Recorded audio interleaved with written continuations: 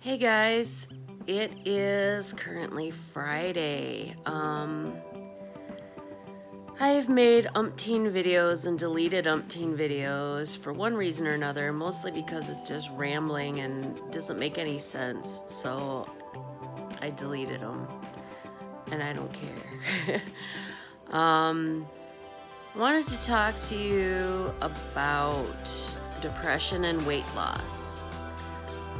I have suffered from depression a good portion of my life. And I'm not talking about constantly crying or, feeling suicidal. I'm talking about a distinct lack of energy, lack of motivation, lack of will to do anything, sometimes even live. I don't actively want to die. But you just don't really care what happens one way or the other. And you're also a little more sensitive to, I hate the word, but it's the only word that really fits, triggers. Certain things like can put you into a depressive episode just because you're more sensitive to it. In the last 2 months, I've been trying to evaluate why I've just all of a sudden, out of the clear blue, had no motivation. Good things have been happening to me. That should have been my first clue. Good things are happening to me, and I have no motivation. What's wrong?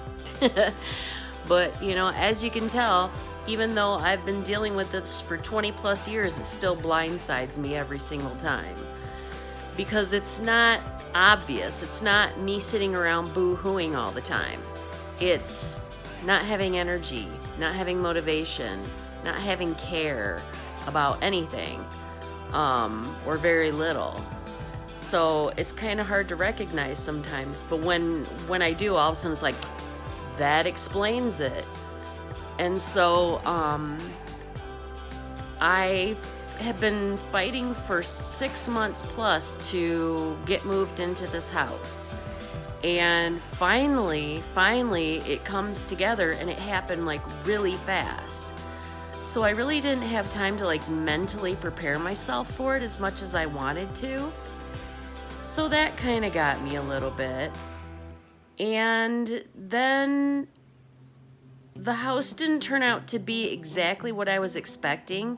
It wasn't necessarily bad, but there was a lot of things that I thought was going to happen that didn't happen. And I was extra sensitive to that, and I got like more disappointed than I should have been. Let's just put it that way. And then on top of that, I had kind of the letdown. You build yourself up getting all excited for something to happen, and then it finally does, and then it's like, okay, now what? And I kind of have like that letdown depression, like, okay, now what do I have to look forward to? What, because that's kind of how I always keep my depression from taking over too much, is to have something to look forward to all the time. And I was like, okay, now what? I finally got this house, and I'm finally like pulling it together as much as I can, and I don't have a lot of ability in that area, so I have to be patient waiting on others to help me, which is, patience is definitely not one of my virtues. So that kind of affects me.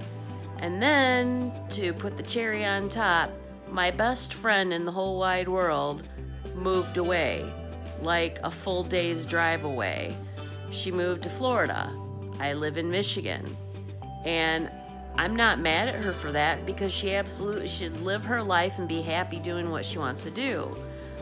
But when I've slowly had each and every one of my friends over the last probably 3-4 years essentially abandon me for a relationship, this just felt like a kick in the crotch, because I was just like, there goes the last one. And I didn't think at the time that it really affected me. I mean, I knew it kind of did, but all of a sudden when I had time to really sit and think about it, all of a sudden I was like, oh God, I don't have any friends. And the thing is, I have friends, I have people that I hang out with, but they're not people that I'm close to or people that I want to let into my life as much. I'm a real overshare, so people know a lot about my life, but they don't know everything. And the ones that I consider my best friends know darn near everything. The good, bad, and the ugly. And so that was really, really hard. And I don't think I really realized it. But I noticed, I wasn't motivated like I was before. I was really tired all the time.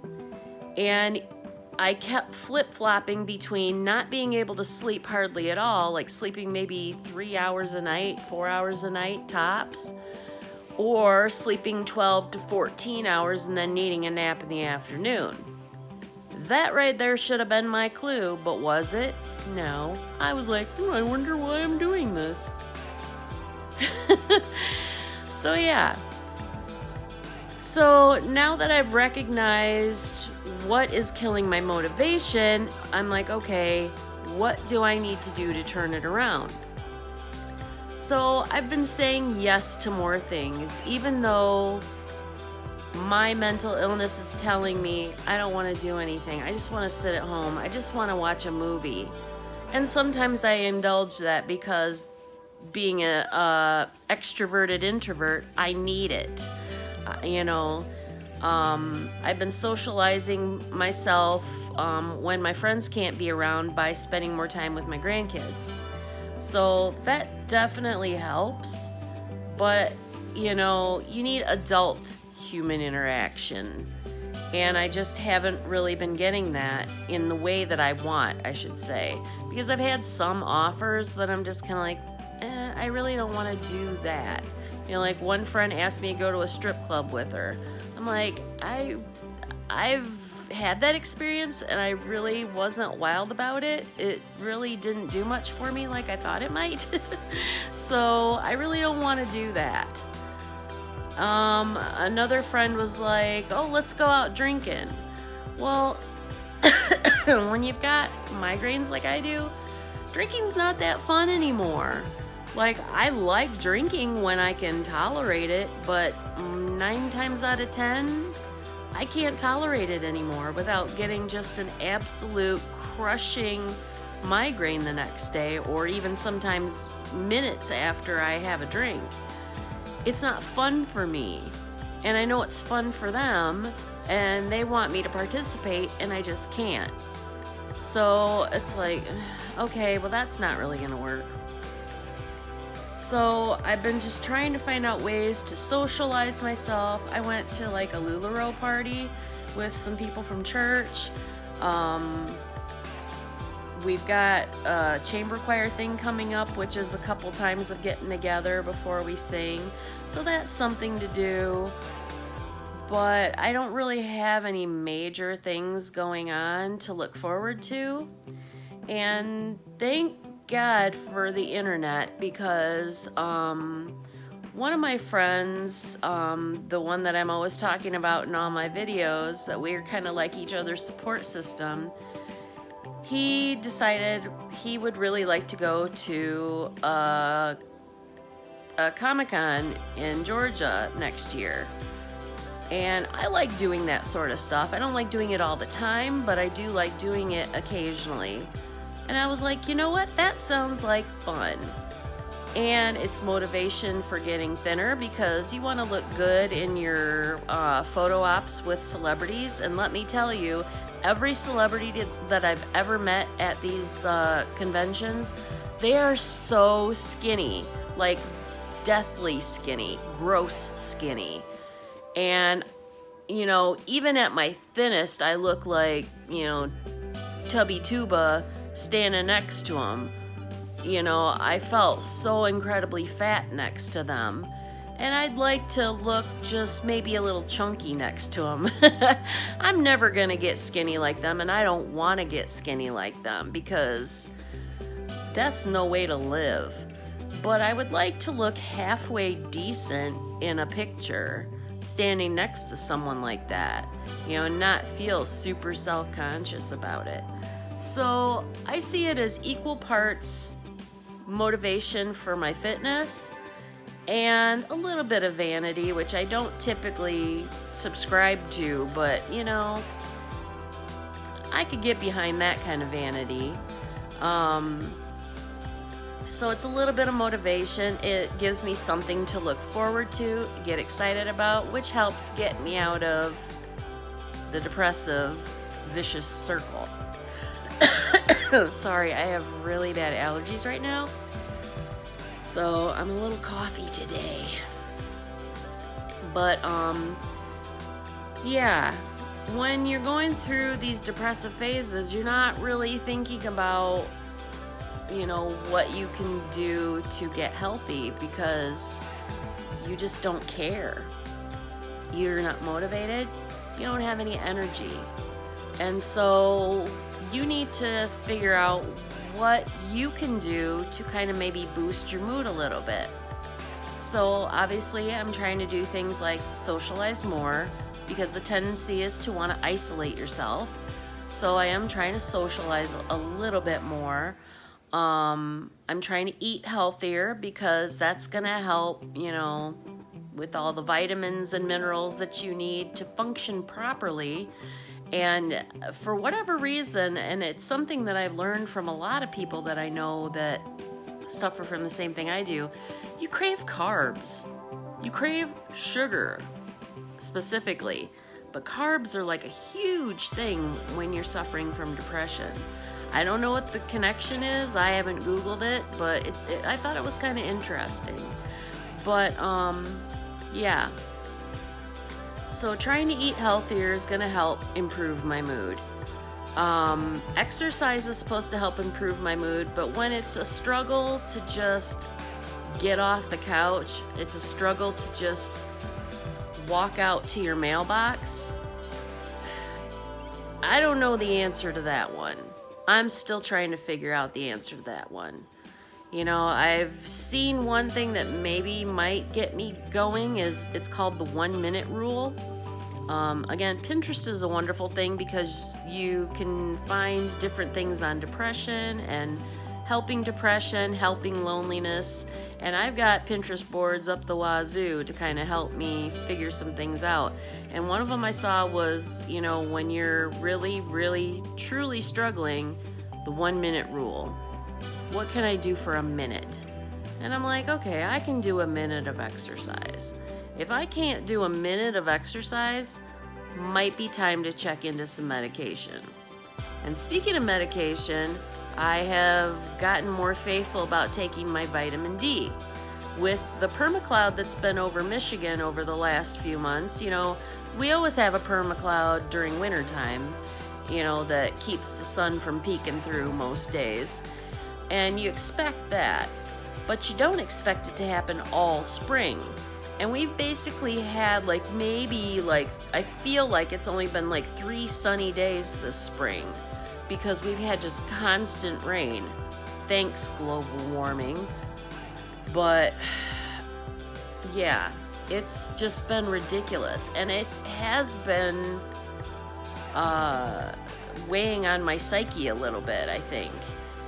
And so when we do have sunshine, I'm trying to, even if I don't move my body in a physical exercising kind of way, I'm getting out in the sunshine and trying to get some natural vitamin D.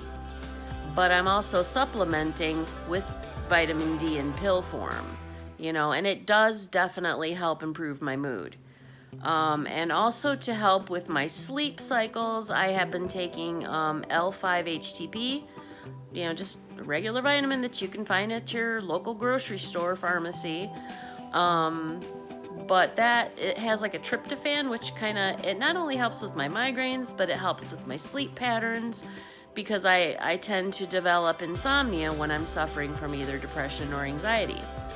And I have a few mental challenges like depression, anxiety, OCD, attention deficit, that tend to kind of work against me on my journey for health. And recognizing that isn't something to be ashamed of, and it's not something that I want people to feel sorry for me for.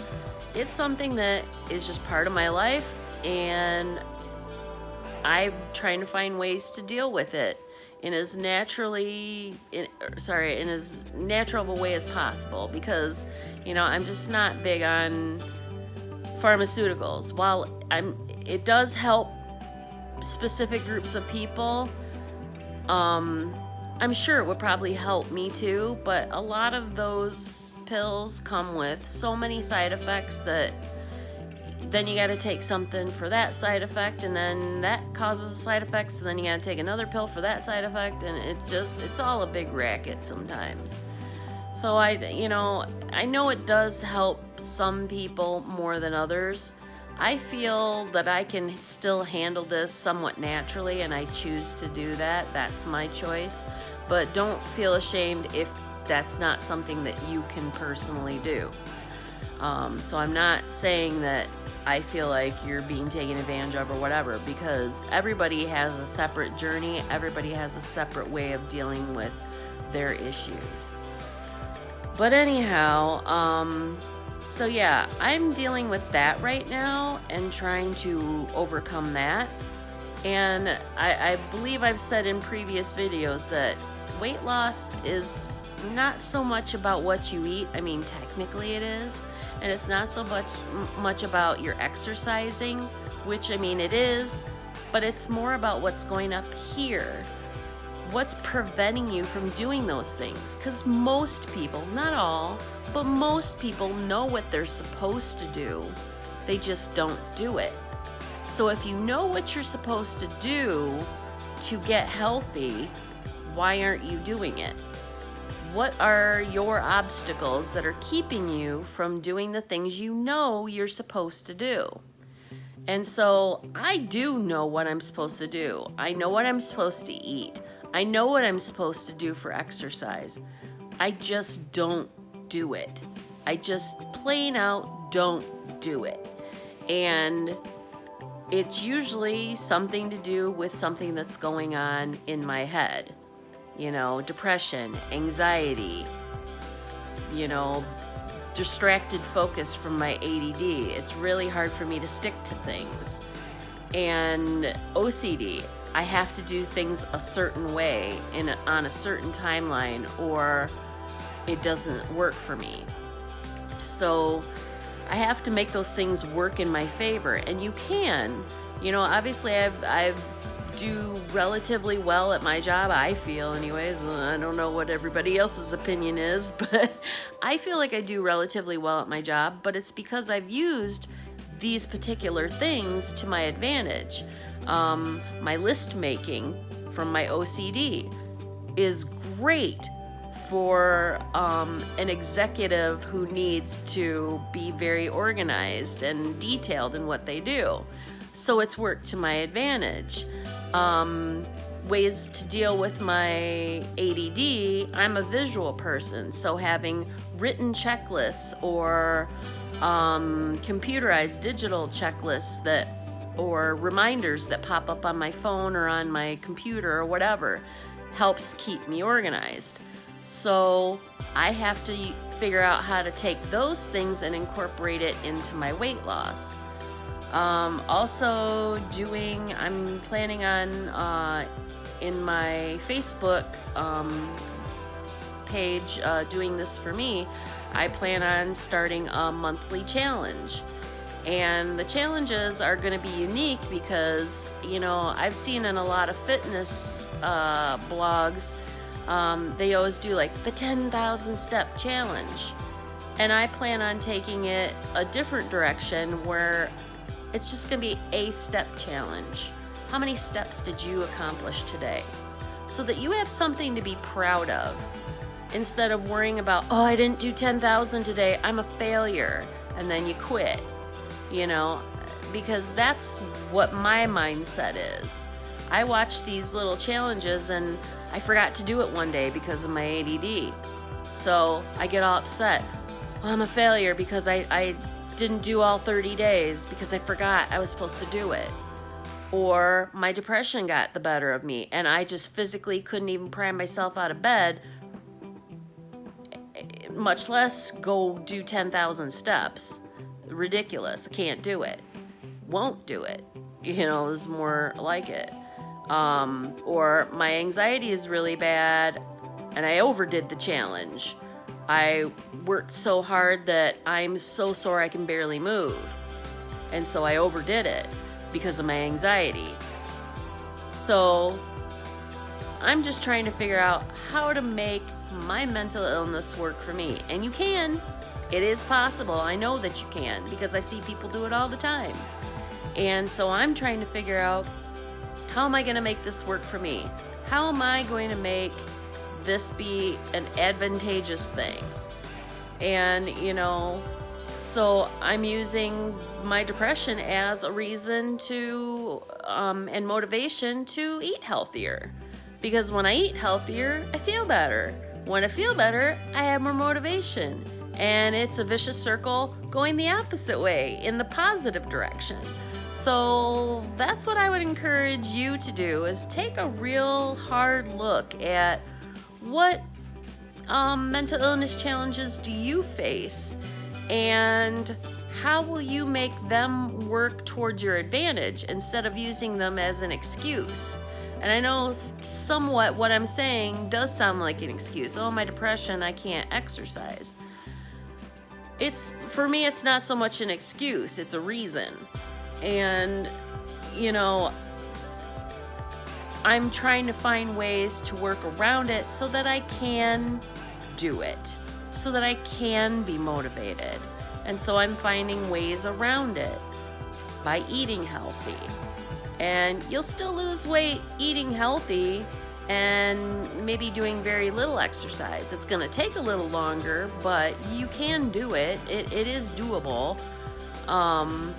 It's just not ideal for fitness. So I'm excited to do my challenge for next month. July is going to be a step challenge. See how much walking you can accomplish in a month, and just log how much walking you're doing. And I'm not putting any kind of limits or goals on it. Just move. Get off your butt and move. That's it. That's the challenge. So I just wanted to throw that out there and let you know to, keep plugging along. Try not to let your mental illness get the better of you. Try to use your mental illness to your advantage, and you'll be surprised at how successful you can really and truly be. So,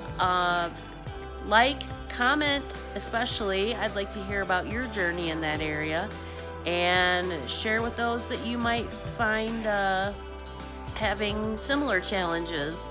Hopefully that will inspire them to not, get frustrated, not quit just because of a challenge like that.